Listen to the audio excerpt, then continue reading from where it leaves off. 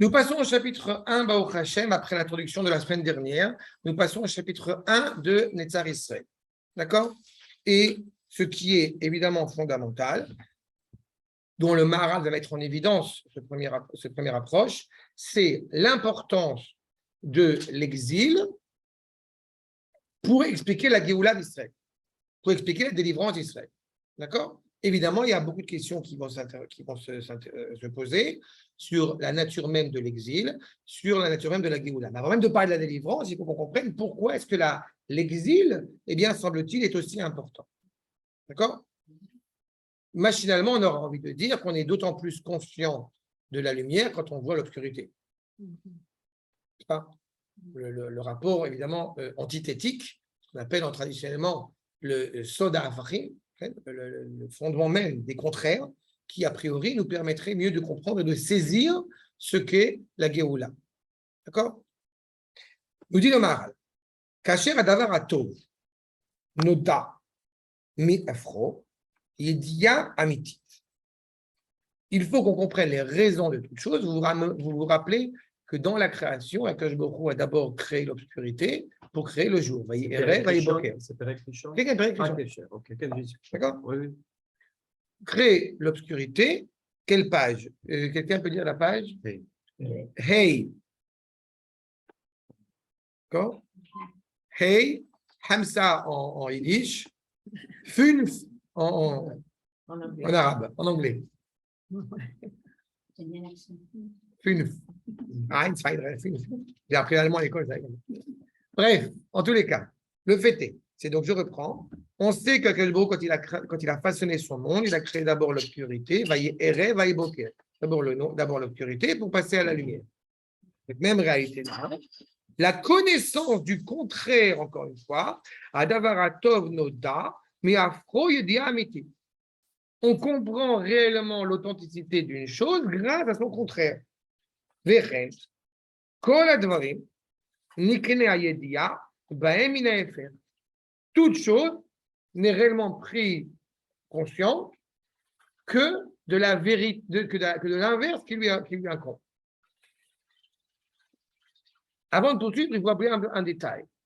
Cette première partie, cet article, ce chapitre-là se sépare en deux parties. Il y a une première partie qui peut vous surprendre, il n'y a pas de source. La deuxième partie va ramener toutes les sources. Pourquoi la méthode du Maharal est ainsi sur ce chapitre-là? Parce qu'il s'adresse à une génération qui, il n'y a pas si longtemps que ça, a vécu l'Inquisition espagnole.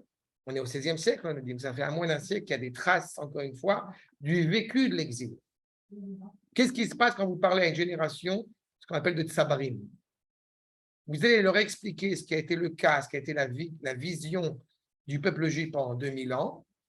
Vous êtes obligé de leur expliquer.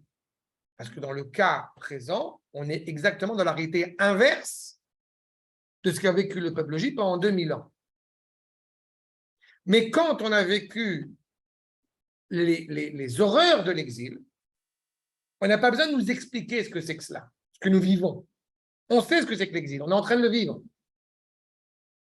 C'est que récemment, quand il y a justement une certaine sérénité qui se met en place pour le peuple juif, pas seulement en Israël, mais dans le monde entier, que soudain s'interroge la question philosophique de la nature même de l'exil. Et pendant 2000 ans, on ne s'est pas posé cette question-là parce qu'on était en exil. La souffrance de l'exil faisait qu'on la vivait. Le Maharal va mettre en évidence les trois axes qui sont l'expression de notre situation en exil à l'époque du Maharal et bien pendant 2000 ans. On va voir. Qui mine maré à chachor et choladat maré à lavan chez afro. On voit le noir, on comprend quel est le blanc. Vechen kol ha'afachim min ha'echad nikna yedia be'efer shelo. Tous y contraire encore une fois à l'unité. Prenons la personnalité même, la présence même d'Akadosh Baruch Hu. On est libre de croire en Dieu ou non. Cette phrase me fait beaucoup rire à chaque fois cette phrase. Pourquoi? Parce que impliquer cela témoigne de la méconnaissance du Dieu d'Israël. Puisque si on est en train de parler d'une réalité qui serait distincte du Dieu d'Israël, Donc, on ne sait pas qui est Hachem. Mais le fait même de le dire comme ça, on ne sait pas parce que la liberté, elle est employée à mauvais escient. Là. Bien sûr. Ce n'est pas la liberté. C'est pas la C'est liberté. la liberté chrétienne. Si Exactement. ce que je veux. Exactement. Je peux faire Exactement. tout ce que je veux, c'est Là pas où tu as raison ce que tu as dit, pour reprendre mon propos, c'est parce qu'il y a la possibilité d'hérétisme qu'il y a une vraie confiance envers Akadosh Baruch Hu. Ça, c'est vrai. Mais on ne peut réellement cerner le lien qu'on a avec Akadosh Baruch Hu quand on évoque non, mais ce que je veux dire, c'est que les deux hypothèses sont fausses. À savoir, je ne crois pas en Dieu, donc je suis libre de ne pas croire, ou je crois en Dieu par liberté. Non, pas par liberté. c'est inscrit en toi. Oui, c'est pas parce que j'ai décidé, pas parce que je suis libre Bien sûr. de ne pas croire et j'ai décidé de croire. Tout à fait. C'est pas ça. C'est inscrit en toi. Et ça ne peut être vrai que quand tu appartiens à Israël. Je te disais, j'ai décidé d'avoir une tête. J'ai décidé d'avoir une tête. Oui. J'ai décidé qu'il y ait D'accord. Mais pas de bras, pas de chocolat. Oui. Mais pas de Dieu, pas de tête. Il y a tête. ma tête, la lettre tête, tu veux dire? Non. Il y a quand même dans le peuple juif qui ne croit pas en... Tu m'as entendu? Il y a quand même dans notre peuple, dans l'Israël, qui ne croit pas en Dieu. Ce n'est pas exact. J'en connais pas un. D'abord, ce n'est pas exact. Ça revient à ce que je suis en train d'évoquer maintenant. Ce n'est pas exact. Tu sais, il y a cette phrase du Rav Kook que j'aime beaucoup citer. Quand quelqu'un vient et voit le Rav Kook en disant « Je ne crois pas en Dieu », le Rav répond « Eh bien, moi non plus, je ne crois pas dans le Dieu dont tu ne crois pas. » Tu comprends? J'ai souvent évoqué cette problématique-là. Je répète, la multiplicité est l'inverse de l'unité. La multiplicité, ce n'est pas une multiplicité quantitative, c'est une multiplicité qualitative. C'est-à-dire qu'on est en train d'essayer d'évoquer l'idée qu'il y a plusieurs forces qui existent dans le monde, sur la réalité, quelle qu'elle soit, dans le monde et au-dessus, qui seraient déconnectées, qui seraient distinctes du créateur Yudke Vavke, enfin, du créateur Elohim, mais surtout Yudke Vavke. Cela implique, comme je l'ai dit, une méconnaissance de qui est Akadosh Baruch Hu. D'accord? Akadosh Baruch Hu englobe tout. C'est pas il est avant tout au niveau du temps, il est avant tout dans l'essence même des choses. D'accord? Et on va y revenir à ça. Achab. Donc, évidemment, on se distinguer de l'unité par la multiplicité. Ou muskam, ou kiyediyat afrim, ou echad. Connaître la vérité, c'est connaître toute la réalité. Elle implique tout, elle englobe tout. Vous vous rappelez de Hémet, Aleph jusqu'à Tav. D'accord? La Torah commence par Bet, comme vous le savez, Bereshit. Avant le Bet, il y a Aleph. C'est-à-dire que quand tu commences, tu es déjà dans la dualité en tant qu'existant. C'est-à-dire que on est conscient que avant l'expression de mon identité, il y a une réalité qui me dépasse. On n'est pas capable d'imaginer, comme je dis souvent avec humour, on n'est pas capable d'imaginer que ses parents ont été un jour jeunes et ont dansé le bébé Lula. Et pourtant, c'est vrai. D'accord? On n'est pas capable d'imaginer ses parents fans de Jean-Jacques Goldman avec un briquet en train d'écouter un concert. Exemple théorique. D'accord? C'est moi le père en l'occurrence. ובשביל זה אמרו בהרבה פסחים, בהגדה, מתחיל בגנות ומסיים בשבח. הנה. Il est dit dans la Gada de Pessah, on commence par quelque chose de négatif pour terminer par une louange. Donc la question, évidemment, elle se pose, pourquoi commencer comme cela? Pourquoi est-ce qu'on a besoin d'expliquer la souffrance pour comprendre la valeur optimale de la vie? D'accord? Velama matril begnout, rak, vous vous rappelez chez le Maral, rak est là, okay? Sinon, chez mi pene, chez les shavach hakara amitit, rak minaefer. On fait les bénédictions du matin. Quand on fait les bénédictions du matin, on les fait parfois peut-être un peu machinalement. Mais imaginons pendant une seconde, j'ai dit tout à l'heure avec humour, pas de droit, pas de chocolat, ça doit aller nous. Imaginons pendant une seconde, on ne peut pas imaginer d'ailleurs, mais pas de bras, pas de chocolat. Imaginons pendant une seconde, et encore une fois, chacun avec ses propres expériences, sa propre histoire, que nous ne sommes pas indépendants pour nous lever le matin, nous ne sommes pas indépendants pour nous habiller, nous ne sommes pas indépendants pour mettre une ceinture, nous ne sommes pas indépendants pour aller travailler, nous ne sommes pas indépendants, etc., etc., etc. À ce moment-là, soudain, la Beracha, elle prend d'autant plus de force. D'accord? Parce que c'est la reconnaissance envers Akadosh Baruch Hu de l'inverse. C'est vrai physiquement, c'est vrai spirituellement, c'est vrai mentalement, à tous les niveaux. Combien de fois il m'est arrivé de voir des gens qui ont un certain âge, vous voyez, pas seulement au niveau des maladies, des gens qui ont un certain âge, qui ont une indépendance dans leur vie, parce qu'ils ont travaillé en France toute leur vie, et ils savent où s'organiser, travailler, etc. Ils arrivent en Israël, une feuille d'électricité, ils ne savent pas la lire. Vous voyez ce que je veux dire? Quelque chose de très palpable. עכשיו, ולכן, אין לפרש עניין הגאולה האחרונה, אם לא שנעבר עניין הגלות והחורבן. On ne peut pas réellement cerner la dernière délivrance si on n'a pas d'abord et avant tout compris l'essence même de la destruction, de l'exil. Comment peut-on comprendre la valeur du Beth Amikdash si on ne comprend pas, ne saisit pas pendant une seconde ce que représente sa destruction? Chez Bézé, chez Yodéa, Atov, Ateshua, chez Mekavim, dans la mesure où on est conscient de ce qu'on aspire et le bien que cela invoque. C'est très facile dans la génération qui est la nôtre de dire oui, mais enfin quand même, ce n'est pas la Géoula, parce qu'on a vécu pendant 2000 ans, on s'est bien comporté, on a bien vécu, etc., etc. Et combien de fois il m'est arrivé de le répéter encore une fois de plus. Les 100 ans où les Juifs maximum ont été heureux en Afrique du Nord, ce n'est que 100 ans. Et encore. On s'est embourgeoisé, on s'est habitué à certaines réalités en imaginant que ce sont des réalités enviables. Mais à l'époque où le Maharal parle à la génération à qui il s'adresse, elle est consciente de la catastrophe. Elle la vit, cette catastrophe. Ah, il y a un réveil, on est à la Renaissance. Les gens s'intéressent à la tradition juive. Tu vois, ils sont bien. Restons à Haran. Pourquoi partir en Eretz Israël? Mais à cette époque, la mémoire courte, parce qu'en fait, dès qu'il y a un moment positif, ils oublient qu'ils sont. Il va y arriver, il va parler de ça. C'est tout à fait. Les Israéliens qui retournent à Berlin. Oui, c'est un problème. C'est le problème. Il était quand même impressionniste.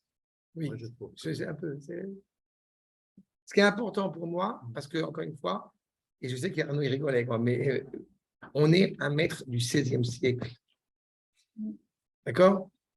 Quand j'avais fait un cours, je ne sais plus, il y a un truc, une dame qui n'habitait pas en Israël, qui habitait au Canada ou je ne sais pas quoi, et qui m'avait fait la remarque, mais il n'y a rien de nouveau dans ce qu'on est en train d'évoquer maintenant, dit-elle qui habite au Canada. Alors je vais vous dire honnêtement, ce livre-là, il n'y a rien de nouveau. Je vous annonce, je vais vous décevoir, il n'y a rien de nouveau dans le livre. D'accord? Il y a un Manitou qui disait, tout ce que je dis est d'une facilité, mais limpide. Le seul problème, c'est réaliser cette facilité. Alors, modestement, encore plus petit que des grands comme Manitou, mais c'est exactement ça. On est en train, encore une fois, de véhiculer des propos qui sont d'actualité et qui ne sont pas compris par tous. Alors que c'est d'une simplicité, mais encore une fois, évidente. Il y a de l'espoir.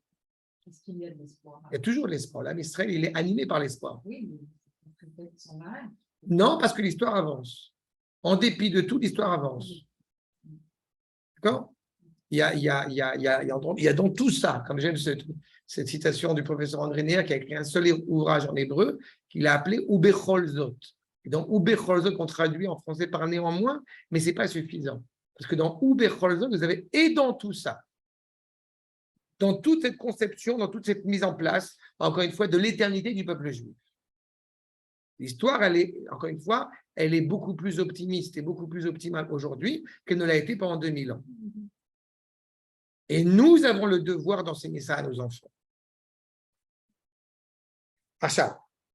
Les Kacher Anoubaïm, les Ver Inyan Agalou, Yedia Amitit. Donc on vient prendre conscience encore une fois. Et vous comprenez que ça passe par l'étude. Il s'adresse, comme je l'ai dit, à la génération qui a vécu, ou les aïeux ont vécu l'acquisition, mais ce n'est pas suffisant. Le ressenti personnel n'est pas suffisant.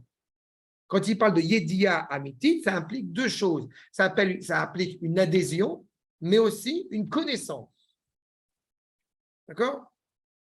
Maury a souvent évoqué l'idée que l'importance d'étudier l'histoire. Dans beaucoup d'endroits encore aujourd'hui, dit animés par la Torah, eh bien, on rétorque que l'histoire n'est pas importante. Je parle de l'histoire du peuple juif. Hein. Quand on fait l'histoire, on ne fait pas de la Torah. Eh bien, je suis navré, c'est absolument faux. Et j'estime, et ne prenez encore une fois ce que je dis là qu'à mon nom propre, mais j'estime que quand tu vas passer le livre de Albert Londres, je pense que c'est une mitzvah de lire ce livre. Par exemple. Le juif errant est arrivé. Le juif errant, ok. C'est très important, qui dépeint la réalité du judaïsme oriental il y a plus de 100 ans de cela. En Israël. Et notamment en Europe orientale et aussi en Israël. C'est pas ce qui manque, en fait, c'est de structurer la mémoire. Parce que dans le fond, Pessah, c'est la mémoire de la persécution en Égypte. Des Égyptes. Purim, Hanouka, c'est la mémoire de la persécution des Grecs.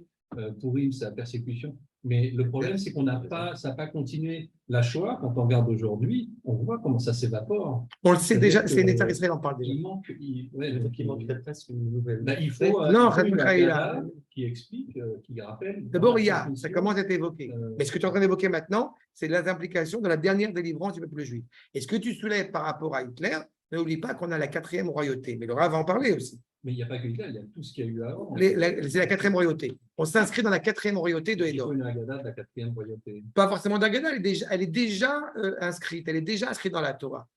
Il faut simplement étudier l'histoire. Les 4 royaumes, on le sait au 16e, pas qu'au 16e siècle, on sait dans le Zohar qu'il y a 4 royaumes.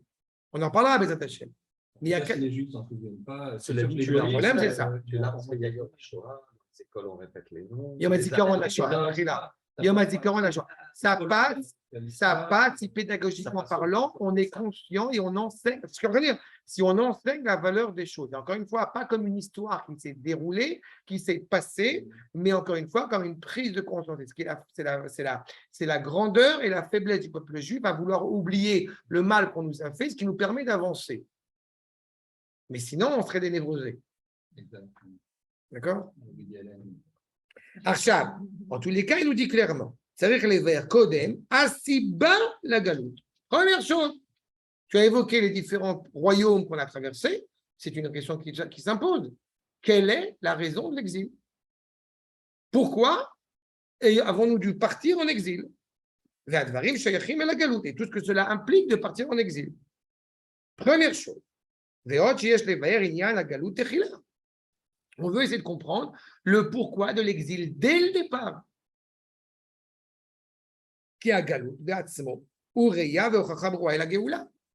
Le fait qu'il y ait une situation d'exil implique qu'il y ait une situation de Géoula.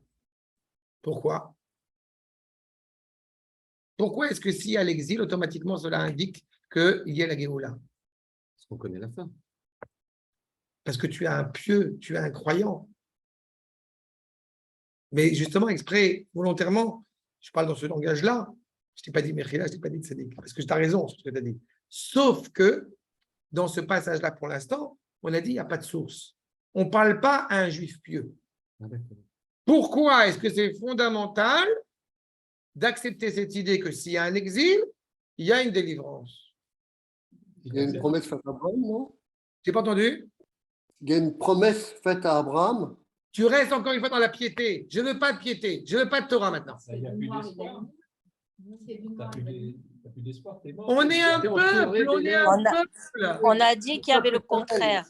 Que s'il y a une chose, il y a son contraire. Nahon, tu prends conscience de la valeur des choses à partir du moment où tu as le contraire. Mais d'abord et avant tout, Rabotai, parce qu'on est un peuple. La situation d'être un peuple en dehors de sa terre implique 2 possibilités. Ou de disparaître totalement. Mais il y a des peuples qui ont disparu. Justement, il y a plus sans piété, comment on fait? Mais justement, ça veut dire qu'a priori, notre seul avenir, c'est de disparaître totalement sur la scène de l'histoire, puisque tous les peuples disparaissent l'un après l'autre. Surtout ceux qui ont été, encore une fois, expulsés de leur terre. Mais là où s'interroge, c'est pour ça que je dis, je ne suis pas encore, entre guillemets, encore en train de parler de Dieu.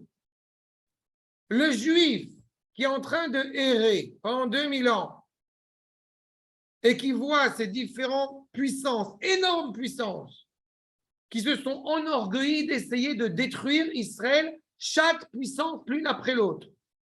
Et malgré tout, on est là. Automatiquement, on ne peut pas ne pas s'interroger avant même d'arriver à Kadosh Baruch Hu, qui lui nous donnera la réponse. C'est ça qu'il est en train de dire. Mais donc, malgré tout, avant de penser aux résultats, le Maharal s'interroge sur pourquoi était-il nécessaire d'être en exil.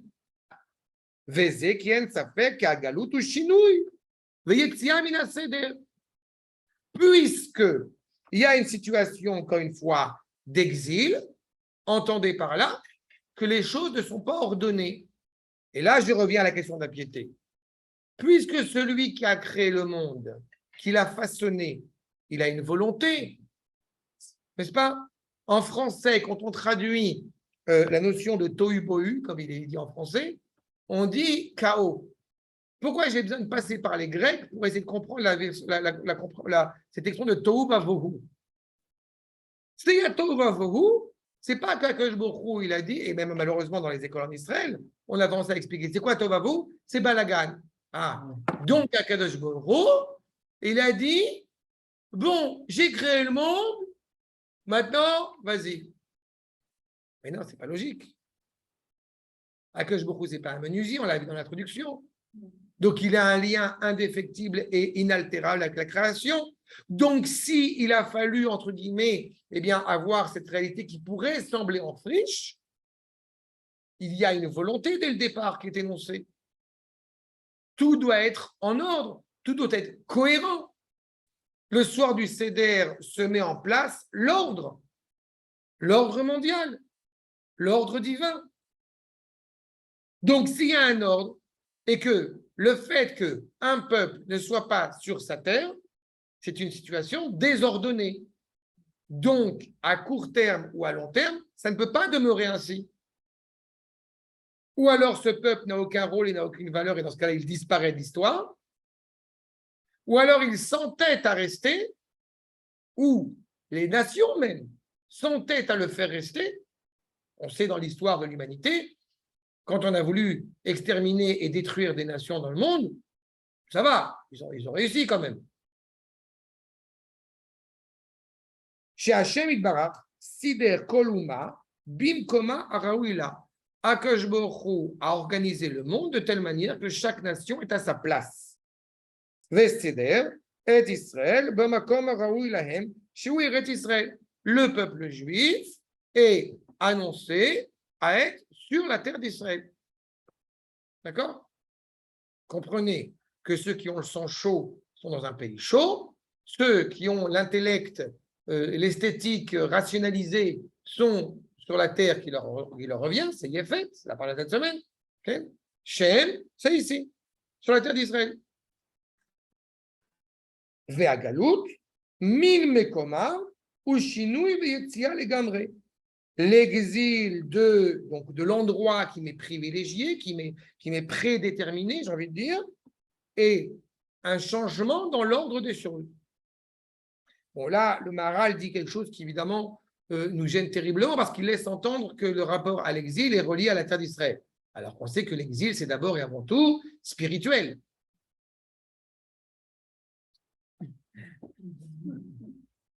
D'accord? C'est pas chouette.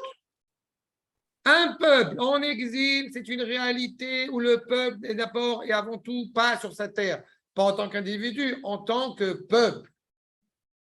Donc, ça veut dire que dès que le peuple il est sur sa terre, nous assistons à l'avènement de la délivrance du peuple juif. Point. Pas dit complet, mais l'avènement de la délivrance. Quel André? Il faut l'autre composante qui est la Torah.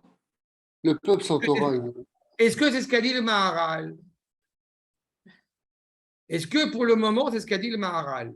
Non, je parle de terre. C'est tout. D'accord. C'est tout. Je suis ce que dit le Maharal à la lettre. Pourquoi sommes-nous sortis d'Égypte, rappelez-moi? Pour rentrer en Eretz Israël. C'est-à-dire. Et donc, on a reçu la Torah. Metsuyan, on a reçu la Torah, mais on aurait dû la recevoir à Yerushalayim. N'est-ce pas? Comme il est écrit, qui mi Brooklyn, mi Tzion, etc. C'est pas, non, il faut la petite couche. On viendrait de la synagogue. C'est ça. Vekol advarim, kasher em yotzim mimakom hativi, quand les choses sortent de l'endroit naturel, comprenez, naturel, c'est pas naturel au sens de naturel, c'est tel qu'elles doivent être. La notion de naturel, TV, comme il faut le comprendre, parce qu'en hébreu moderne, peut nous faire tromper. Ce qu'on appelle naturel, comme on le comprend en français, c'est olam keminago noheg. Le soleil se lève tous les matins, la fleur elle pousse, etc. Quand il dit le Maharal dit TV, c'est comment est-ce que les choses doivent être. Et si les choses elles doivent être comme ça et elles ne sont pas comme ça veut dire qu'elles redeviendront comme ça. C'est tout. Achab. Ve'em chutz lemekomam. En lemamida. Il ne peut pas y avoir de stabilité pour le peuple juif en dehors d'Eretz Israël. Et celui qui penserait le contraire, eh bien, malheureusement, il trépasse. Mais le peuple juif continue. Et j'insiste, pensez le contraire. Vous pouvez être dans une réalité à l'échelle individuelle, on l'a déjà souvent évoqué, à l'échelle individuelle, dans une réalité où on ne peut pas pleinement participer à la destinée du peuple juif pour mille et une raisons. Mais à l'échelle du peuple, en aucun cas. Achar, Amida Bamakom, Bilti Tivilem, Rakem Chosrim, les Kom TV. Rabotai, que fait Terach après qu'il y ait eu la Shoah? Après que Haran soit rentré dans la fournaise et qu'il soit mort dans la fournaise, Esther, je suis sûr que tu te rappelles de ça, qu'est-ce que fait Terach? Je rentre à la maison en terre d'Eretz Israël. C'est pas son âme. Non, parce qu'on a eu l'occasion d'en parler une fois. D'accord? Abraham et Sarah rentrent en Eretz Israël, ils s'arrêtent à Haran parce que malheureusement, par erreur, Nahor, il a refait la synagogue comme tu as dit. Mais l'objectif, c'est qu'on retourne à la terre de Hever. C'est naturel, c'est un aimant. La terre d'Eretz Israël, elle est, encore une fois, il y a ce lien aimanté entre le peuple et sa terre.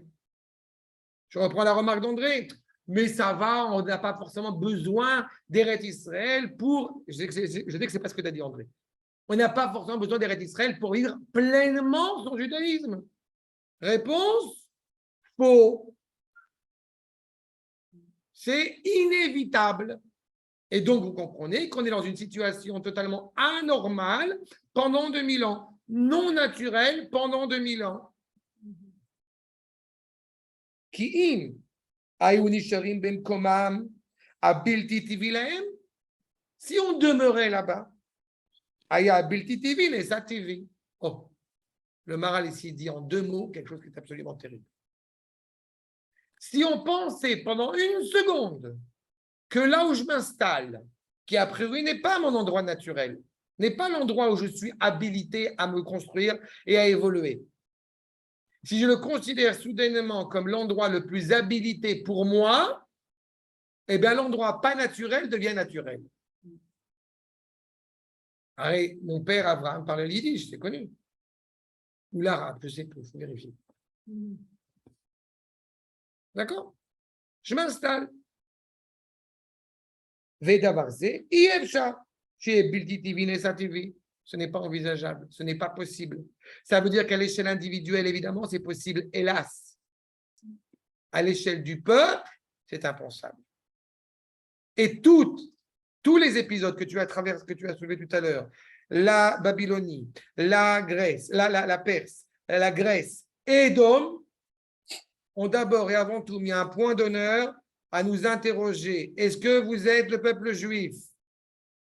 Est-ce que vous vous assumez comme étant le peuple juif? Ou une implosion avec Nebuchadnezzar, ou eh bien un refus de se reconnaître comme tel? Je rappelle avec la Grèce, avec la Perse, on est dans une période, et le Maral en parlera par la suite, avec la Perse, dans une période à l'époque de Ezra et de Néhémie où on commence à revenir en Eretz Israël. Après la catastrophe qu'aurait pu être Purim, après Purim aurait pu être Auschwitz, et ça n'a pas été Auschwitz, Baruch Hashem. Achashverosh monte les impôts, il se fait assassiner quelques temps après. De toute façon, son ministre, c'est Mordechai. Lui s'enquiert de revenir en Eretz Israël, avec qui il revient quasiment personne. Ça, c'est la Perse. La Grèce, non seulement on est en Eretz Israël, mais en plus de ça, étrangement, on est en Eretz Israël, mais on a perdu le statut politique. Et en plus de ça, eh bien, on s'enquiert, notamment, une partie d'entre nous, à se greffer des prothèses artificielles pour pouvoir faire du sport comme les Grecs. Hop, t'oublies qui tu es. Arrive Edom, c'est bien Edom. Être heureux comme un juif en France. C'est l'entre-deux-guerres. Ah, c'est bien. C'est-à-dire, le Rav Guttmacher parlera de l'émancipation dans l'Europe occidentale comme étant signe que Akadosh Baruch Hu agit avec bienveillance à notre égard pour nous permettre de revenir sereinement en Eretz Israël. Herzl avait tiré la sonnette d'alarme un petit peu plus tard, ils n'ont pas écouté. C'est-à-dire, toute cette histoire n'a qu'un seul but, la colombe qu'on a évoquée tout à l'heure, ce qui est exprimé par la colombe, qui est l'allégorie d'Israël, c'est que la colombe, elle est fidèle à son mari. Et elle retourne toujours d'où elle vient.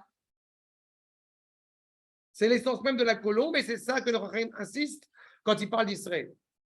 D'où l'importance, comme dira le Midrash, que Baruch Hashem, on ne trouve pas de repos en dehors d'Eretz Israël nulle part. Yona Matzav Manoar, En Manoar la Yona. Il n'y a pas de repos pour la colombe.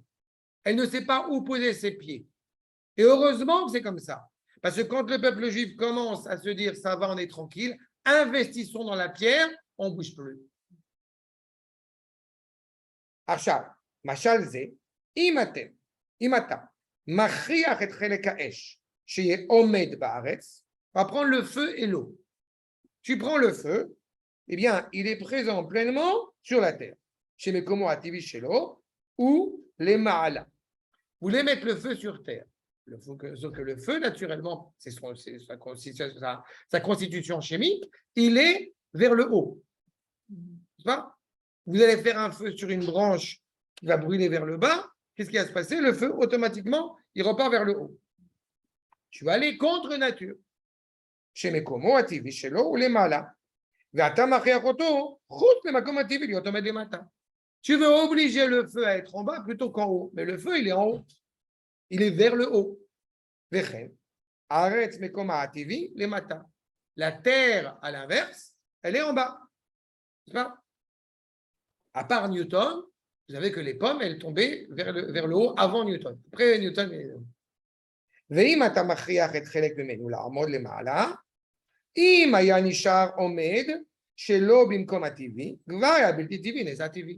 qui n'était pas dans l'ordre des choses devient l'ordre des choses. Et tous les phénomènes sociaux, spirituels, écologiques, économiques, tout ce que vous voulez, opèrent cette transformation due parfois à des réalités non habilitées, non naturelles dans l'ordre des choses selon le Créateur, qui soudain deviennent naturelles parce qu'on les oblige à. Vous avez par exemple des phénomènes absolument terribles où on parle par exemple dans le genre animalier d'intimité de deux mâles. Vous savez, c'est la grande thèse qui est défendue depuis quelques années maintenant pour dire, tu vois, dans le genre animalier, il y a cette réalité-là. Et je soutiens la thèse qui n'a absolument rien compris. C'est parce que justement, quelque chose qui n'est pas dans l'ordre des choses selon la volonté du Créateur est en train de s'opérer dans le genre humain, donc cela a une influence sur toute la création entière. On se rappelle de Yona. Quand Yona va voir la ville de Nineveh, il les engage à jeûner. Que font les gens de Nineveh? Ils font jeûner toute la ville qui est ensemble, y compris les animaux. N'est-ce pas? Il y a une interrelation entre la créature humaine et le genre qui l'entoure. Donc, ce qui n'était pas naturel devient naturel et l'inverse aussi. Mais ça, c'est ponctuel. À long terme, puisqu'il y a un sens à la création, cela ne peut pas avoir lieu d'être, ne peut pas tenir. Ce qu'il nous dit. D'accord? Vechen, Israël be'atzma, im hayu omdim bagalut le'olam, she'en ze mekomam haraoui lahen. Si Israël avait décidé, vous vous rappelez, je ne sais pas si vous avez évoqué avec vous, le Rav Chizdai Ibn Shaprout. Vous avez parlé de lui une fois? Il était le médecin du roi d'Espagne. Et il a vécu à l'époque du roi des Khazars. Et quand cet épisode que Rabbi Yehuda Levi va raconter 400 ans après, il a vraiment existé. Et quand, eh bien, ce médecin du roi, il parcourait les contrées, à chaque fois, il s'interrogeait, il s'inquiétait de la situation des Juifs là où ils étaient. Et quand il a entendu parler de cet État, de ce premier État juif indépendant en dehors d'Israël, eh bien, il s'y intéressait grandement, il hésitait même à partir là-bas ou venir en Israël. Et où il n'y avait rien encore en Israël. Et bien, malgré tout, il est parti en Israël. Mais et cette nation-là des Khuzari, elle a été massacrée de toute façon par les Mongols. D'accord? Du Nord.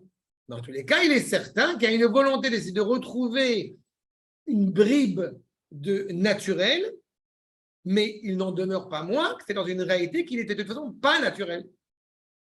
Donc, ça n'aurait pas pu marcher à long terme. D'accord? Achad, qui? Mais comme Amaraoui, il a les fils de Liotam, Beret Israël. Où est-ce que le peuple juif peut être? C'est en Eretz Israël. Prenez le nom de l'État, prenez la langue de l'État, prenez les villes dans lesquelles on s'installe. Pourquoi est-ce que l'État s'appelle l'État d'Israël? Ça aurait pu s'appeler plein d'autres trucs. Pourquoi est-ce que la langue, c'est l'hébreu? Pourquoi pas le yiddish? Pourquoi pas l'allemand? Pourquoi pas l'anglais? Pourquoi pas le français? Et ne croyez pas que j'extrapole. Ce sont des questions, ce sont des discussions qui ont eu lieu. Celui qui voit ça de l'extérieur dit oui, bon, il se trouve que Eliezer Ben Yehuda, il était un peu fou, il a enseigné l'hébreu à ses enfants. En plus, c'est pas que lui, il a fréquenté le Rav Kook pour pouvoir parfaire la langue de l'hébreu. Ça, on le dit moins dans les livres d'histoire, et peu importe. Mais au bout du compte, la langue de l'État, c'est l'hébreu. Comment? C'est ça. Comme dit l'expression consacrée, c'est un miracle, Salomon. Mais c'est ça. La réalité naturelle d'Israël n'est pas d'être ailleurs, si ce n'est en Eretz Israël. La langue qu'il parle, Avraham a ivri, il perdure la langue, un des sens de ivri, il perdure la langue de ses pères, alors que tout le monde a oublié cette langue, lui, il continue. Alors que son propre frère, alors que son neveu, Bethuel, Lavan, qu'est-ce qu'ils sont devenus? Aramique. Américain, Aramaï. C'est ce que dit le Midrash. Il ne s'appelle plus Bethuel à Ivry, il est du Bethuel à Arami. Arami, Milachon, Ramaï. Ça veut dire que vous avez des individus isolés, quels qu'ils soient à travers notre histoire malheureusement, qui ont essayé d'arrêter l'histoire, qui ont essayé de dire c'est naturel d'être à, comme si, comme ça. Alors c'est faux. Parce que justement, la réalité naturelle du peuple juif, c'est d'être indépendant, Bereshut Atzmam.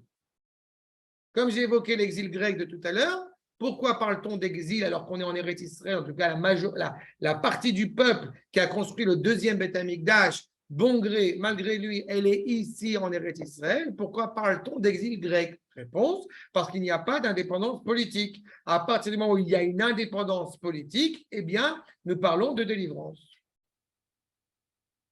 Alors, avant que vous posiez la question, oui, mais qu'est-ce qui fixe qu'on est indépendant politiquement? Réponse du Rambam, okay, c'est bien connu, il faut deux éléments, une monnaie et une armée. C'est-à-dire? Donc, à partir du moment où on a une économie et une armée en Eretz Israël, eh bien, nous avons une autonomie politique. C'est très simple. C'est ça qui est bien. Avec moi, je suis très simple comme garçon. Je sais pas. Vélo bereshut acher. Et pas encore une fois dirigé par personne d'autre qui s'appelle Biden, Macron, Mélenchon. כמו כל דבר ודבר מן הנמצאים הטבעיים, יש להם לכל אחד מקום בפני עצמו. Le français, il faut qu'il habite en France. L'arabe, il faut qu'il habite en France. L'Indien, il n'y en a plus. Bref, chacun il a. כמו שגזרו חז"ל, אין לך דבר שאין לו מקום. Chaque chose, comme enseigne le traité des pères, Pirkei Avot, chaque chose a sa place. Et comprenez toujours Makom a deux sens. Makom en tant qu'existant, et en tant qu'endroit, et Makom en tant que Kiyum. Chaque chose doit exister là où il est habilité à exister. L'école d'Ava ou Bereshut Atzmo.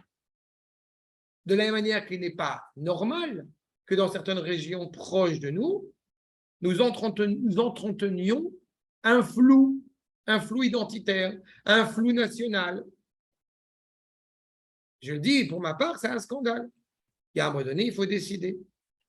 Si tu veux que l'État, combien de fois il m'est arrivé de traiter, de débattre sur ces sujets-là, si on considère qu'un citoyen dit arabe, israélien et citoyen à part entière, il a les mêmes droits et les mêmes devoirs, alors il faut changer le nom du pays.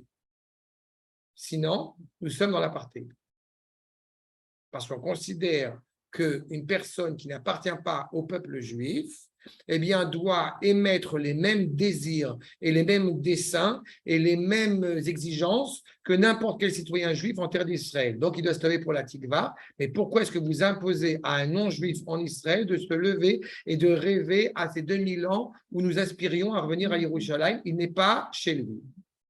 À partir du moment où vous considérez qu'un député arabe eh bien, a le droit de siéger à la Knesset, donc il a le droit de prendre en charge la destinée du peuple juif sur sa terre. Donc, il a le droit d'être Premier ministre. Et si vous empêchez un arabe d'être Premier ministre, vous êtes raciste. Donc, je règle ce problème d'un manière très simple. La terre d'Israël doit être dirigée par le peuple juif. La destinée du peuple juif est prise en charge par les juifs uniquement. Les juifs doivent aller à l'armée parce qu'ils se battent pour la terre. Pourquoi est-ce qu'un non-juif aurait le devoir de mourir pour une terre qui n'est pas la sienne, pour un peuple qui n'est pas le sien?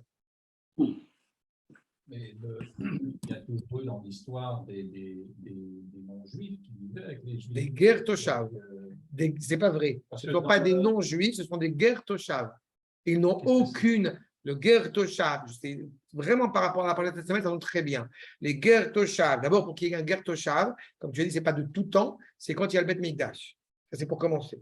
Maintenant, en admettant que nous sommes dans une réalité, même si on n'est pas encore au Bet Mikdash, en admettant qu'il y ait une personnalité qui n'est pas juive et qui malgré tout veut siéger, veut résider en terre d'Israël, en tant qu'invitée, elle a tout à fait le droit, éventuellement, à considérer qu'elle accomplisse les 7 mitzvot Bnei Noach. Aleph, Bet, Gimel, Dalet. Evar Minachai, Bet, Birkat Hashem, Gimel, Gezel, Dalet, Dayan. Elle doit ne pas manger d'animal vivant à partir d'un animal vivant. 2, elle doit mettre un frein à toute forme d'idolâtrie à laquelle elle pourrait aspirer. 3, elle ne commet pas le larcin, le vol. 4, elle met en place un appareil judiciaire autonome pour mettre en place les lois, encore une fois, qui vont régir son village. Il y en a qui vont plus loin, il y a des non-juifs qui adhèrent. Très bien. Tu as les Druzes, tu as les... Mais les Druzes, ils n'ont pas d'appartenance nationale. C'est un sujet à part entière. Mais j'insiste sur le fait que ça ne veut pas dire que l'État d'Israël, en tant qu'État, encore une fois, en tant que destinée du peuple juif qui se préoccupe de ses propres intérêts, ne doit pas se préoccuper de toutes les populations résidant en terre d'Israël sans appartenir au peuple juif. Ça veut dire quoi? Et là, c'est très concret ce que je dis maintenant. Ça veut dire que l'État d'Israël, en tant qu'État, doit se préoccuper que tous ces villages dits pas non belligérants, pas ennemis, tous ces villages, tous ces endroits où résident des non-juifs, et avec ces clauses que j'ai indiquées maintenant, l'État d'Israël doit se préoccuper qu'ils aient l'eau, l'électricité, la Wi-Fi et toutes les infrastructures, encore une fois, qui sont nécessaires. Ça, c'est évident. Mais en aucune manière, ils ont leur place à la Knesset. À partir du moment où ils ont leur place à la Knesset, tu ne peux pas les empêcher de se présenter au même titre que toi, à être Premier ministre et prendre en charge l'État d'Israël. Ça, c'est pas acceptable. Ce n'est pas acceptable d'un point de vue, encore une fois, que la Torah insiste sur ce fait fondamental, que l'État d'Israël, encore une fois, en tant qu'État, aux yeux de la Torah, en tant que, encore une fois, quand je dis aux yeux de la Torah, ce n'est pas exact, en tant que réalisant le projet millénaire, multimillénaire, à l'essence même, à l'aube même de la création même, eh bien, c'est de réaliser ici, en bas, le projet divin. Donc, comme le verset dit, Som tassim meler mekerev achicha. Tu dois mettre à la place, encore une fois, à tête, un de tes frères à la tête de l'État. Le projet divin, c'est ça. Je n'ai pas parlé d'un juif avec kippa, sans kippa, noir, pas noir. Ça, c'est un autre sujet.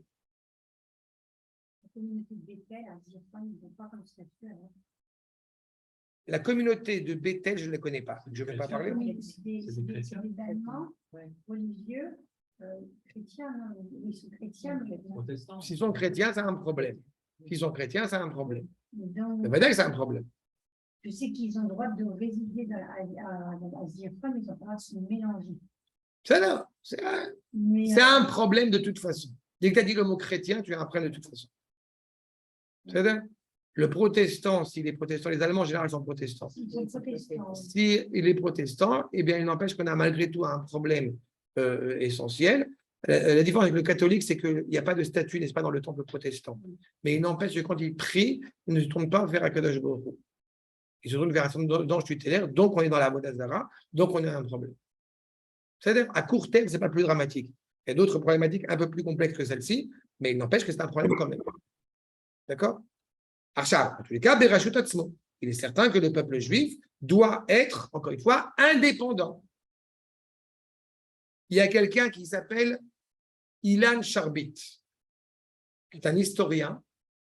Je ne peux pas être suspecté d'être un fan de lui parce que, bref, on a plein de désaccords, mais il y a quelque chose qu'il a dit une fois qui m'a beaucoup plu et qui est vrai. Et là, pour le coup, là, je vous tire le truc.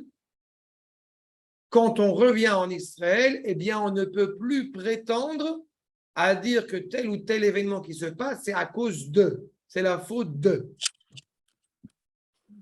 On ne vient plus à l'insu de telle nation, mais, eh bien, on se responsabilise. Et j'ai beaucoup aimé ce propos qu'il a tenu parce que c'est vrai. C'est quand on revient en Eretz Israël, on s'assume désormais avec nos propres décisions. ואם היו נשארים בגלותם לעולם, היה דבר הזה שהוא העמידה חוץ למקומם, שהוא בלתי טבעי, נעשה טבעי, comme on a dit, demeurant, chas v'chaïla, pour l'éternité, c'est au moins 50 ans, en dehors d'Eretz Israël, implique qu'on s'installe. Et vous comprenez que ce qu'indique ici le Rav rend les choses beaucoup plus complexes. C'est que les propos que tient ici le Maharal, malheureusement, si quelqu'un de moderne les tient, il est taxé d'être ultra-sioniste. Le problème, c'est que c'est vrai. On s'habitue à une réalité qui est, encore une fois, qui est nauséabonde. Donc, on finit par s'habituer à l'odeur. Et c'est un problème. Ça va pour l'image.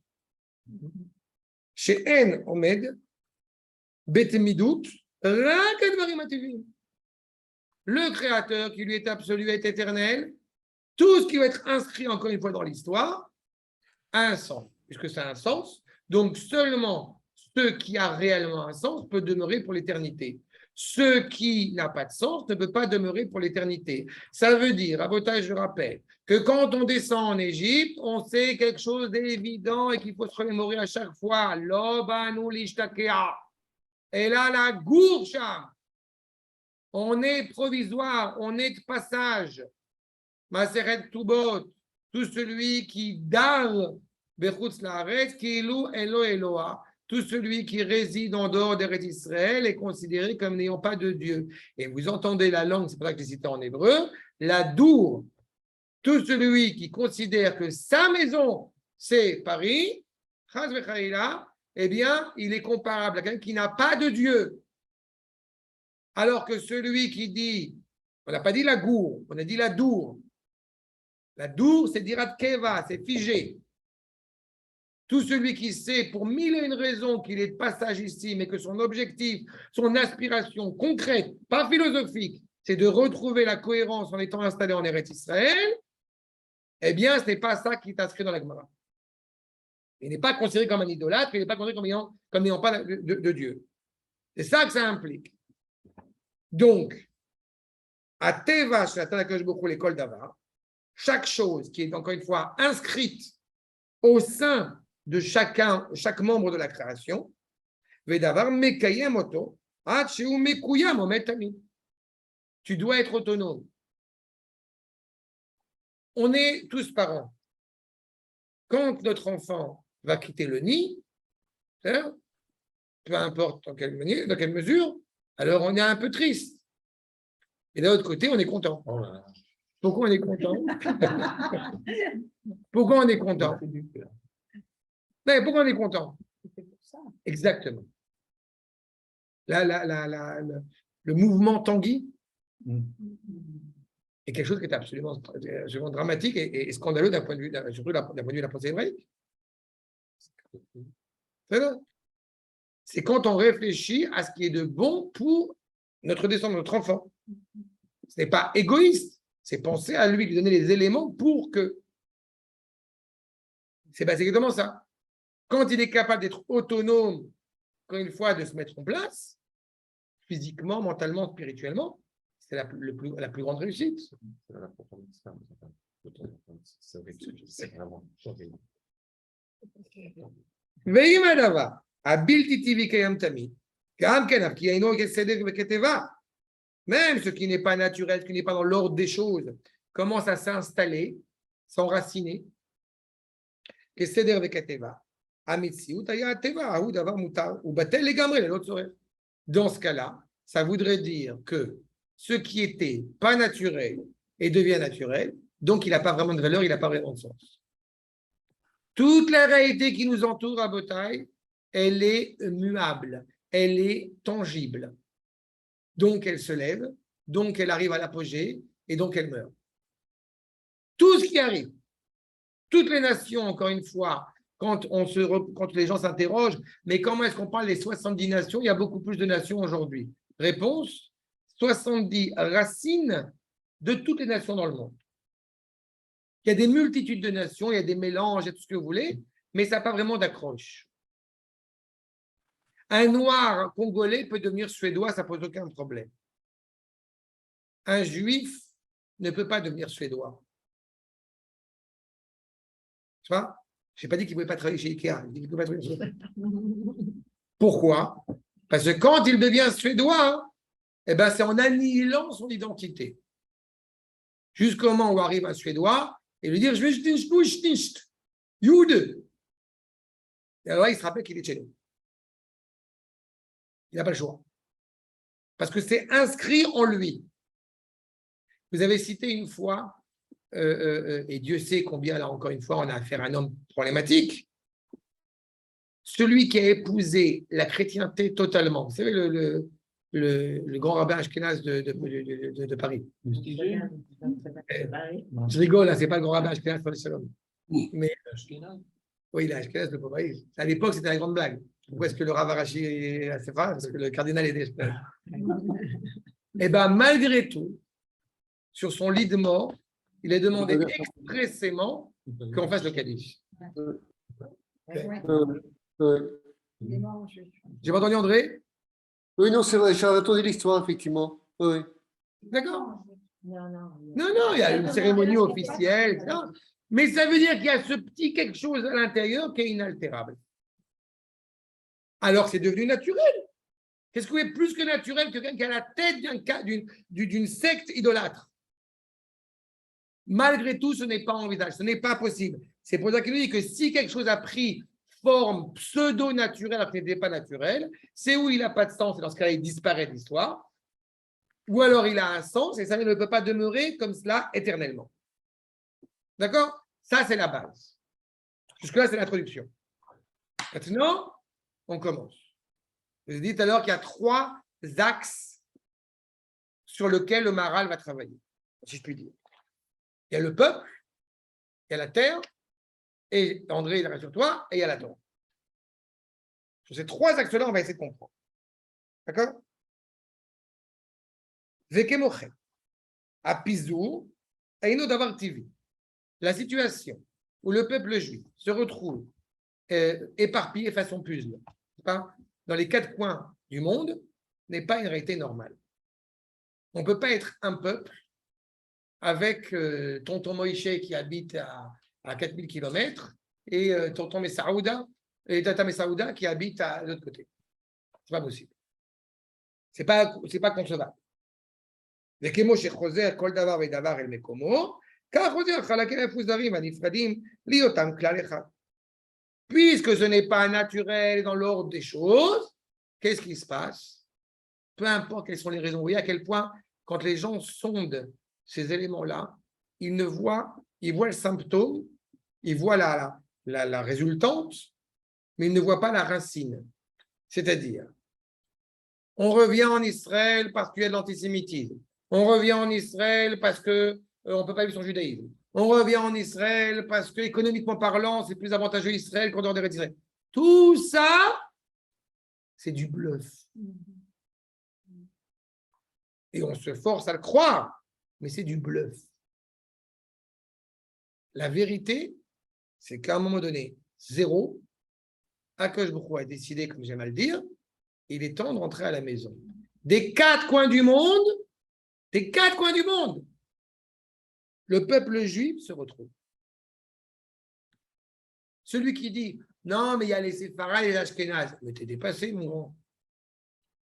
Les Bnei Ménaché, les Bnei Dan, les Juifs d'Éthiopie, les Juifs du nord de l'Inde, les Juifs du sud de l'Inde, les Juifs afghans. Et les Juifs afghans, bon, j'ai un très bon comment c'est qu'un Juif afghan. Vous vous rendez compte où on en est? Parce que ce n'était pas naturel d'être éparpillé de la sorte. Donc, on revient. Alors, c'est qui C'est inscrit en nous. D'accord, mais il y en a qui ne viennent pas. Tu remarqueras encore une fois, tu parles de l'individu.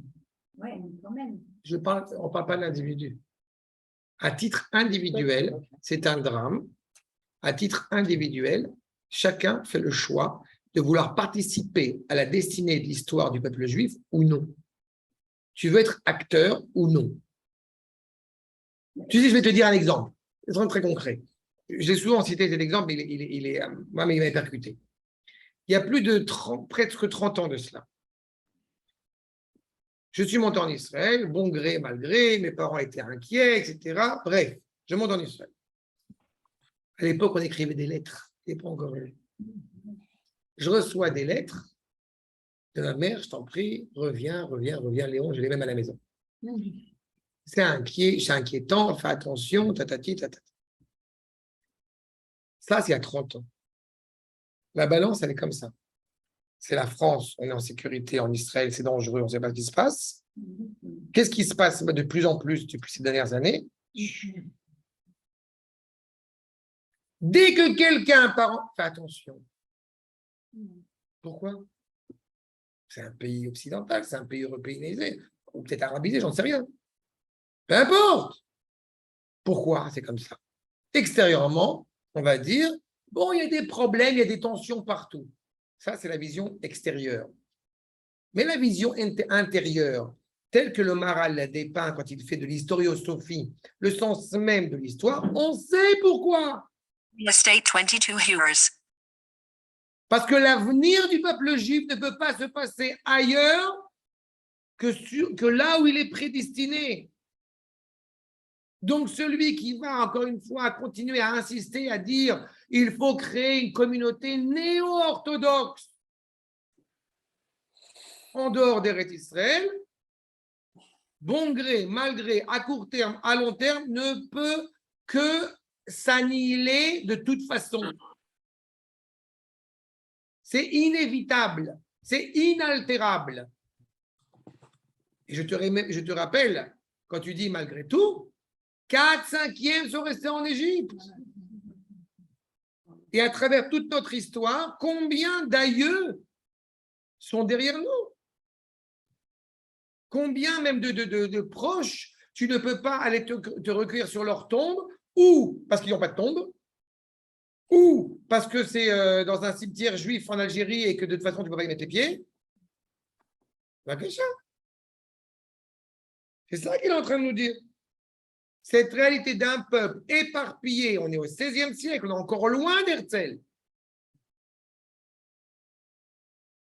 עכשיו, כמו כן, הפיזור אינו דבר טבעי, כמו שחוזר כל דבר ודבר. אל מקומו, chaque chose revient à sa place. כך חוזרים החלקים המפוזרים והנפרדים, et les choses séparées, להיותם כלל אחד, pour redevenir une entité. Et Rabotage, je vous répète, il y a encore des tensions, Ashkenaz, Séfarad, ce que vous voulez. Mais malgré tout cela, vous vous rendez compte de ce que ça veut dire? On est un peuple. Ça veut dire sur sa terre. Dans une semaine, on va voter pour un Premier ministre. Pas 2 États. Premier ministre, un, État, un parti, peu importe, ce n'est pas la question. Mais on a un État, on n'a pas 2 États. Les gens disent c'est catastrophique ce qui se passe aujourd'hui. Il y a des choses très problématiques. Et vous pouvez comparer ça à une guerre fratricide qui a eu lieu il y a plus de 2000 ans. C'est encore une fois, malheureusement, ne pas connaître l'histoire. De la même manière, entre parenthèses, que même au niveau communautaire, il y a encore un siècle de cela, quand un séfarade se marie avec une ashkénaze, mais certaines familles. Ma grand-mère juive bulgare parlant espagnol bulgare. Hein, elle n'a pas parlé à ses 2 frères parce qu'ils ont épousé des ashkénazes. Et je suis très heureux d'avoir épousé des J'ai fier de ashkénazes. m'en parler. En plus, oui. Ah, ouais. Je t'ai dit une fois, ce que j'ai dans les phrases, c'est il est tunisien, mais il est gentil. Il est de chez nous. Il est allemand, il n'est pas polonais. La première femme était ashkénaze, on appelle marchand de chameaux. Son père, c'était quoi? C'est chaud. Vous voyez à quel point on avance? Se reconnaître l'être frère. Vedavarze, et voir les koladam. Chacun qui réfléchit au sujet, Asher Bardaat, qui kol achalakim, inyan echad lahem. Tout cela, encore une fois, ne relève que d'une seule chose. Et quand tu as dit, oui, mais donc c'est qu'il y a Akadosh Baruch Hu qui, mais l'alternative n'est pas envisageable. Justement, les nations pensent pouvoir exister sans Akadosh Baruch Hu. Qu'est-ce qu'il en reste? C'est ça. À la rigueur, les nations, elles choisissent de vouloir être ou non. Nous, tu ne choisis pas.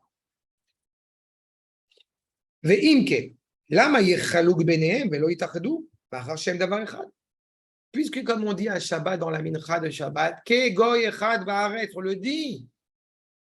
Pourquoi se séparer si on est de toute façon destiné à être un? Donc, pourquoi se séparer dès le départ? Kol pizur omer litkanes yachad. Tu as besoin de prendre du recul pour mieux te retrouver.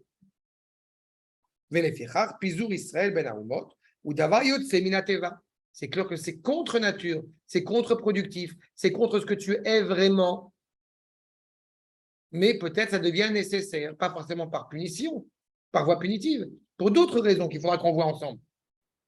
Mais il est certain que on prend conscience à quel point on est un peuple quand s'opère une scission en nous. Vous savez, j'ai rappelé dans un autre coup, il n'y a pas longtemps, que, à mon grand bonheur, il y a ce que j'appelle des deadlines et des cavadons. Il y a des lignes rouges en Israël que le citoyen israélien de gauche, de droite, religieux, pas religieux, n'est pas prêt à enfreindre. Et aujourd'hui, il y a des choses scandaleuses parce que vous avez certains députés qui commencent à essayer de faire du flou, de négliger, d'être méprisant à l'égard de ces frontières. Quand vous avez un député, une députée en l'occurrence, qui semble prendre parti pour les pauvres arabes plutôt que pour les soldats, d'accord? C'est le arabe. Malheureusement, non. Non, Mais si. Non, malheureusement. Je ne sais pas citer son nom, mais c'est une juive, malheureusement. Ah bon? Je croyais que c'était le parti arabe. Non. Tu as aussi quelqu'un juif dans le parti arabe. Mais là, vous voyez, c'est la T'as des frontière. juifs dans le parti arabe Bien sûr. en Israël. Communiste. Il y en a un. Il y en a un. Et ça, c'est ce qu'on appelle les Chachamim Sonné Israël. C'est ceux qui. La frontière, elle est là. On a le droit de débattre. On va se crêper le chignon, ce n'est pas un problème. Mais on est un. Je ne pense qu'aux intérêts d'abord et avant tout de mon peuple. Et ça, c'est la pierre angulaire qui, encore une fois, permet au peuple d'être un. Mais si on commence à entendre des voix qui disent il faut penser, vous savez, c'est comme quand on veut faire ce qui se passe parfois chez les journalistes dans le monde, ils font l'arbitre. Alors, 3 morts du côté arabe, 2 morts du côté juif, et après, la même chose. On a juste oublié que l'un, c'était un terroriste qui rentrait dans une maison avec des juifs, dont des enfants qui étaient là-bas. On n'a juste pas jugé bon de le dire. Quand c'est chez les goïms, je n'attends pas autre chose. Et quand je commence à entendre en Israël quelqu'un qui fait un parallélisme, mais morbide, là, il y a un problème. Tu vois? C'est exactement ça. C'est-à-dire que ce n'est pas naturel de mettre au même niveau ton frère et le voisin. Naturellement, risque à ce que ce soit subjectif, mais j'ai un amour inconditionnel pour mon frère, pour mon fils. Chez Me'achar, chez Uma'achat. Puisque c'est une famille, je vous rappelle, qui est descendue en Égypte et qui est devenue un peuple. Donc, puisque c'est une nation, Raoui Sheyu Omdim Yachad Liot Echad. Abotai, l'inquiétude de Yaakov. Il y a 12 fils. Est-ce que vous allez muter? Est-ce que vous allez vous séparer? Ou vous allez conserver l'unité? Réponse des fils. Shema Israël, Hashem Eloheinu, Hashem Echad. T'inquiète pas. On est un peuple. À cela répond Yaakov. Abdulillah. ברוך שם כבוד מחתום לעבד. כמו שתמצא כל הדברים הטבעיים אינם מחולקים לשניים. Toutes les choses qui sont naturellement, encore une fois, unies, ne peuvent pas être séparées. Elles peuvent être séparées, divisées ponctuellement, mais pas dans l'essence même. Rak em mitkapsim beyachad. Comprenez la difficulté? Il y en a souvent été confronté à ça, à traduire le mot klal en français. Combien de fois il m'est arrivé de soulever? La notion de klal veut dire, en français on le traduira par collectif. Ce n'est pas exact. Parce que collectif, ça veut dire que nous assistons à un ensemble d'individus isolés qui se rallient autour d'un même idéal. Alors que la notion de klal, ce n'est pas ça. Exactement. Oui, c'est ça. C'est une entité qui n'est pas divisible. Ça veut dire que bon gré, malgré nous, j'espère que c'est aussi dans le bonheur et pas que dans le malheur, mais bon gré, malgré nous, quand il y a un juif qui souffre, on souffre avec lui. On est dans cette entité-là. Indivisible. Vechem, kol anechalim, olchim elayam. Une est l'image que prend le Rav, extrait de Shlomo Amelech, en Kohelet. Tous les fleuves vont à la mer. C'est de l'eau, c'est de l'eau. On n'a pas dit tous les, je sais pas, le sable va à la mer. Nachalim, c'est de l'eau. C'est-à-dire que c'est relié à ça. Puisqu'un fleuve peut vivre grâce à la mer et il revient à la mer. Le Ham Israël revient à son essence même. Il y a un exemple qui est connu, c'est l'exemple de la guerre des 6 jours. Combien de juifs, on va appeler dans l'expression de Beni Lévi, combien de juifs déjudaïsés à la guerre des 6 jours se sont réveillés de manière mais inopinée et incompréhensible. Le fleuve revient à la mer, il puise sa vitalité de la mer. Liyota mitkaptim ve'en davar echad mitchalek. Quelque chose qui, encore une fois, un, n'est pas subdivisible. Vous prenez l'atome. Les Grecs pensaient qu'effectivement, atome, il y a cette notion d'unité. J'ai plus le terme en grec, mais il y a cette notion d'unité. On pensait que l'atome n'était pas divisible.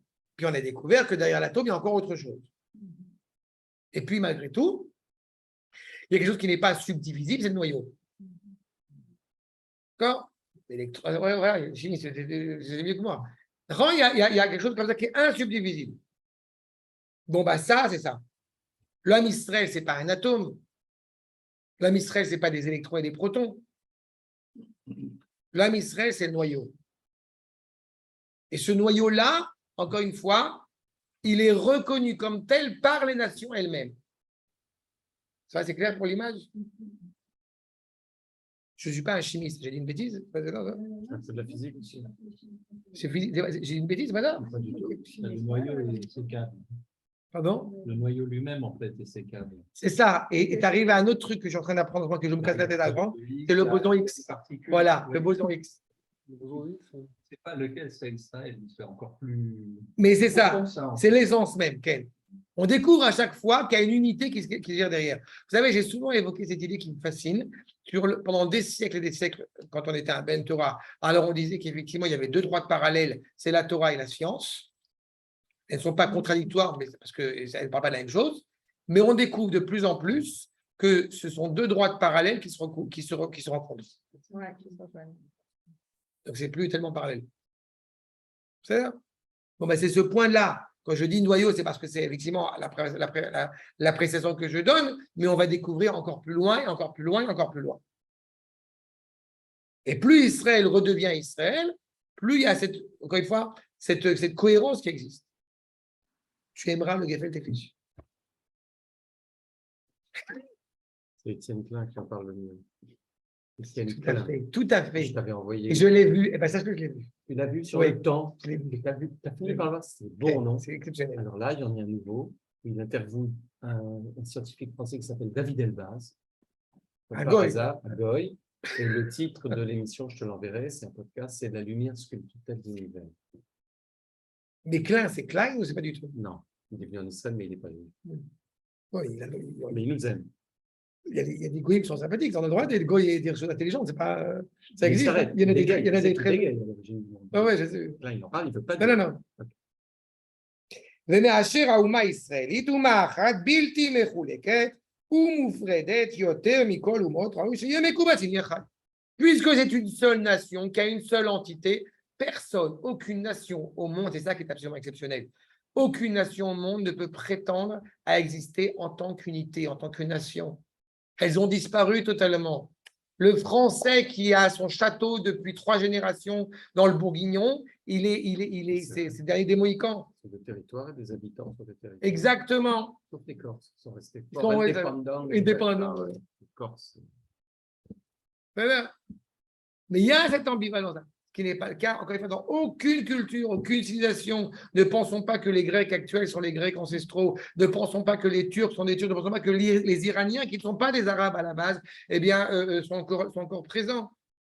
La preuve, c'est que l'empire arabe et musulman a pris le pas sur l'empire perse. Donc, il n'y a plus cette entité-là. Mais Israël a le privilège de.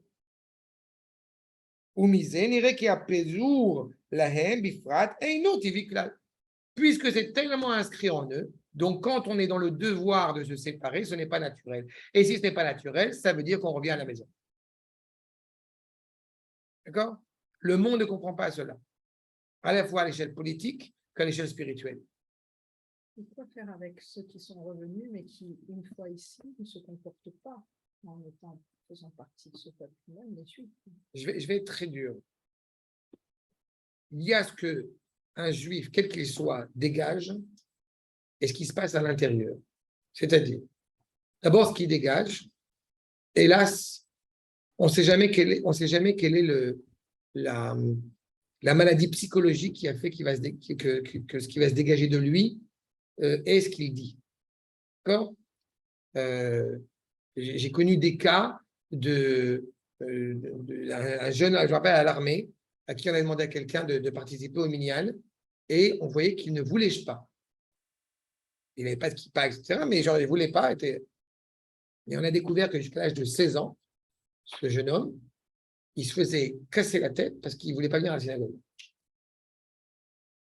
Et la violence du père, plutôt que de parler encore une fois d'un lien intrinsèque à son fils, fait que la Torah, alors qu'elle n'aurait pas dû apparaître comme cela, est apparue comme, encore une fois, une zone d'ombre et une zone ennemie à lui. Donc, dès qu'il a pu en avoir l'occasion de se libérer de cela, il s'en est libéré, par exemple. Ça veut dire que si on voit ce juif-là et qu'on lui dit, en fait, tu es la Torah, ce n'est pas exact. Peut-être qu'il est son père, il n'est pas la Torah. Ça, c'est un. D'autre part, les médias sont tellement doués aussi pour arriver à produire ce genre d'événements et d'épisodes aussi douloureux. il y a, sans le nommer, mais il y a quand même quelqu'un qui va, semble-t-il, revenir à la Knesset et revenir dans le gouvernement, qui est un brigand, qui est un voleur, qui est un pourri et qui a une kippa sur la tête, en l'occurrence une kippa noire, et il se fait appeler rabbin. C'est un brigand, et je suis là sur le. Ça, des fois, je sors de mes gonds par rapport à ça. C'est le Premier ministre brigand qu'il a choisi, lui, Eram. Je ne sais pas si le Premier ministre est un brigand. Ça ne m'intéresse pas parce qu'il n'a pas été jugé. Mais l'autre, il a été jugé, il a fait de la prison. D'accord? Et c'est une nuance fondamentale. L'autre, il a fait de la prison et pas parce qu'il a des idéologies qui étaient s'il revient au pouvoir, c'est parce que le Premier ministre le laissera. C'est bien, parce qu'il n'aura pas le choix. Il n'aura pas le choix. On verra, je ne sais pas ce qu'il va. Espérons que ça se passe bien. Mais je vous dis simplement, quand tu as quelqu'un comme ça, qui est brigand et qui est voleur et qui a une kippa sur la tête, il ne faut pas s'étonner après ce que des gens qui se disent loin de la Torah, eh bien, l'image qui leur est renvoyée de la Torah est une image scabreuse et scandaleuse. Moi, ce qui me fait peur, c'est que j'ai vu quand ces gens élèvent leurs enfants, parce que c'est pas une personne, quoi, mais je veux dire, là, je suis au GAN ici, mais j'étais dans d'autres GAN avant, en fait, pas du tout religieux ou autre, et j'étais vraiment très surprise. Ben voilà, les maîtresses sont arabes ou russes et apprennent l'arabe aux enfants juifs. Et parce qu'encore une fois, l'alternative, ce qu'on vient de se présenter maintenant, on est en train de parler du peuple, le peuple qui se retrouve encore une fois dans sa cohésion, dans son entité. Sauf que si effectivement ce peuple qui se retrouve dans sa cohésion, dans son entité, ne se préoccupe pas aussi de réfléchir, on l'a dit, d'étudier, eh bien, la spécificité de notre identité, automatiquement, cela amènera à des débordements. Mais il y a deux problématiques. C'est ce que rappelle le Rav Kook. La première problématique, c'est que l'identité juive à laquelle nous devons nous rattacher n'est pas forcément l'identité juive que nous avons témoigné pendant 2000 ans. C'est-à-dire que pendant 2000 ans, nous avions une identité de juifs d'exil, avec un certain nombre de paramètres qui manquaient à la complétion de cette entité. Donc, quand le juif revient en Israël parce qu'il veut participer au projet de la nation, il peut avoir en face de lui des réalités qui vont lui dire « Non, mais être juif, c'est la religion. » Ah ok, alors si c'est ça le judaïsme, ça ne m'intéresse pas. Je n'y adhère pas, je n'y participe pas. Celui qui va prétendre que être juif, c'est uniquement le fait religieux, lui aussi, il a tort. C'est-à-dire que, encore une fois, retrouver la cohésion, l'unité, c'est pour ça que le Maharal commence par l'identité de peuple. Parce qu'à l'échelle spirituelle, on peut discuter, mais la première chose qui est demandée au peuple juif, avant même de parler de mitzvot, c'est tu te casses d'Égypte. Mais tu te comprends en tant que peuple et tu réagis. Mais le problème, c'est que les propos que je tiens maintenant, mais Alvaï qu'ils soient entendus et reconnus et acceptés par le commun des mortels. Mais je découvre encore une fois avec les années que ce qui me paraît le plus évident, eh ben, n'est pas évident. Et parfois aux yeux de gens qui ont justement appris, en tout cas qui prétendent avoir appris la Torah. C'est pour ça que je me réfère exclusivement au Maharal. Parce qu'on ne peut pas arriver à comprendre encore une fois cela si on véhicule uniquement une idée de ce que nous faisons, de ce qu'est être juif. Rationnel. Non, c'est un peuple. J'ai eu une discussion il y a quelques temps de cela, vous la connaissez d'ailleurs, par rapport à la problématique de faire monter certaines personnes qui sont juifs à 100%, mais qui ont des idées saugrenues. Alors que des gens qui ne seraient pas juifs, peut-être parce que sur halakha, ils ne sont pas juifs, mais qui sont peut-être pro-Israël. Et j'ai évoqué l'idée qu'il n'y a pas d'examen d'entrée à rentrer en Israël. Un juif tordu est un juif qui rentre à la maison. Point. Un non-juif, aussi noble, aussi sympathique soit-il, il demeure un non-juif. Nous ne sommes pas dans la réalité, comme le pensent les chrétiens, justement, que tu es juif en fonction de ce que tu fais, mais tu es juif en fonction de ce que tu es. Par conséquent, le peuple juif qui revient sur sa terre, il revient bon gré, malgré lui, en bonne santé, malade, on est tous malades de toute façon. Donc, on est en train de réintégrer notre santé, de retrouver, de restaurer notre santé authentique. Mais ça prend du temps. Mais d'abord, c'est le peuple qui retrouve son unité. Ça nous dépasse. ומזה נראה כי הפיזור להם בפרט אינו טבעי כלל. ואי אפשר לומר שדבר זה הוא בשביל חטא ועוון. Tu ne peux pas dire que c'est parce que, eh bien, nous sommes, tu peux dire que nous avons été éparpillés uniquement à cause d'une faute. Ce n'est pas suffisant. C'est comme si on disait certaines civilisations pensent d'ailleurs, que la situation du monde, elle est exclusivement due à la faute du premier homme. Mais ça veut dire qu'on serait dans un monde profondément cruel. Vous comprenez la problématique? Il n'y a pas de responsabilité, il n'y a pas de réparation. C'est bon, t'es foutu.